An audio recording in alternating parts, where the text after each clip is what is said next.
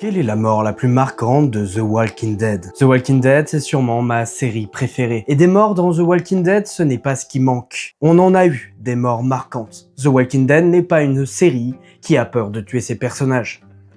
Shane, Glenn, Abraham, Carl, personne n'est à l'abri. Et si je vous disais que parmi toutes ces morts, on en oublie deux cruciales.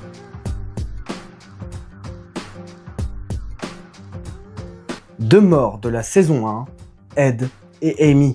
Ed, c'était le mari de Carol, violent, machiste, un oppresseur. Ed, c'est ce genre de personne que tout le monde déteste, que tout le monde sait problématique, mais que personne n'ose virer. Il n'a pas fallu plus de 2 épisodes pour que tout le monde veuille sa mort. Et merci Shane pour la correction. C'est un personnage antipathique. C'est typiquement le genre de personnage que la série adore laisser en vie plusieurs saisons par la suite. Mais non, Ed, au bout de 2 épisodes, c'est capoute. Et de l'autre côté, nous avons Amy. Amy, c'est la jeune sœur d'Andrea. Elle est douce, inoffensive, gentille. Tout le monde adore Amy. C'est l'extrême opposé de Ed. Là où Ed est la force brutale, Amy est la douceur. Là où Ed représente le machisme, Amy représente la bonté. Déjà, c'est deux personnages qui doivent cohabiter dans une saison. Bien que pas très longtemps, le contraste entre les deux, il est violent. Et il est violent aussi avec le rapport qu'ils ont aux autres, et surtout avec leur famille. Ed n'en a concrètement rien à branler de sa femme et de sa fille. Il bat sa femme, il maltraite sa fille, alors que de l'autre côté, Amy, il ne lui reste plus que sa grande sœur. Andrea et Amy sont très proches, sont inséparables. Elles tiennent l'une à l'autre plus que tout au monde. Et ces deux personnages mourront en même temps. En plein milieu de la saison 1, une attaque de zombies est dévastatrice et tuera notamment Ed et Amy. Ed, qui l'après-midi même s'était fait corriger par Shane, n'est pas présent avec le groupe pour le repas du soir. Il se repose dans sa tente quand il entend quelqu'un le déranger. Alors, comme à son attitude, il se montre méprisant. Mais pas de chance, c'était la horde de zombies. Et Ed finit en steak. C'est une mort qui agit comme un coup du sort, une mort limite méritée. Le personnage a été horrible, a fait souffrir tout le monde, et même dans ses derniers instants, Ed sera le pire des connards. Amy de son côté est présente avec le groupe, rigole avec sa sœur, passe un bon moment. Quand elle s'éclipse, juste pour aller aux toilettes. Et c'est cette action, cette toute petite action, qui lui vaudra sa mort. C'est une mort qui est profondément injuste, profondément évitable. Et le traitement de ces morts n'est pas la même non plus. Là où la mort de Ed sera plus vécue comme un soulagement, où on n'en parlera pas énormément, où il n'y aura pas non plus de conséquences définitives sur le moral des troupes, la mort de Amy, elle va marquer. Elle va marquer Carl, elle va marquer Andrea, elle va marquer le groupe. Et surtout Andrea, où la mort de sa sœur va la marquer jusqu'à la fin. D'un côté, il y a une impression de coup du sort et de l'autre d'injustice. J'interromps juste la vidéo 2 petites secondes pour vous dire de vous abonner, de liker et de commenter cette vidéo. Si vous aimez mon travail, c'est encore la meilleure façon de le soutenir. Et si vous avez les moyens, n'hésitez pas à passer sur mon compte Tipeee qui est en description. J'ai également un collectif de théâtre, vous pouvez le retrouver en description. On est en plein rush des 1000 abonnés et on espère les atteindre avant la fin de l'année.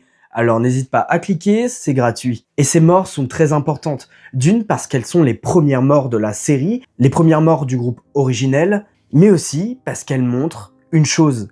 La série n'épargne personne et n'épargnera personne. Just look at the flowers, Lizzie.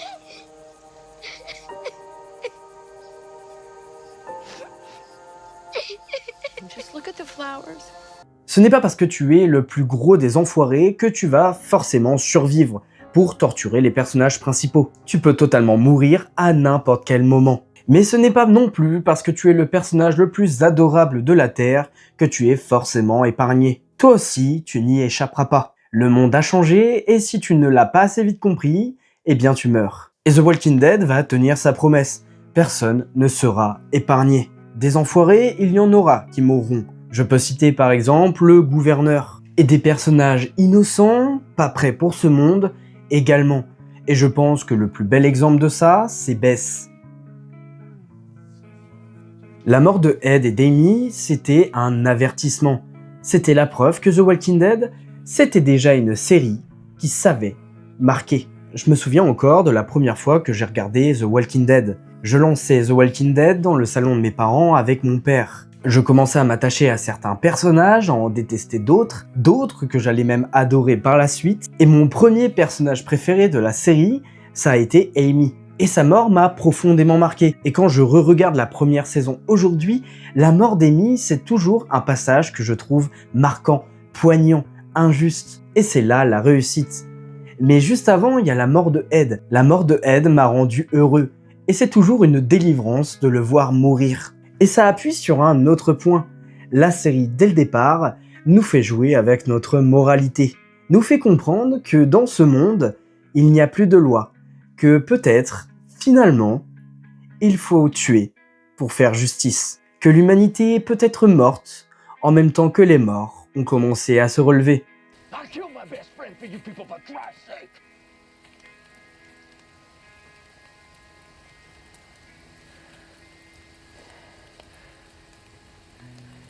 J'ai adoré vous parler de The Walking Dead et si vous êtes intéressé, on en reparlera encore parce qu'il y a énormément de choses à dire sur cette série.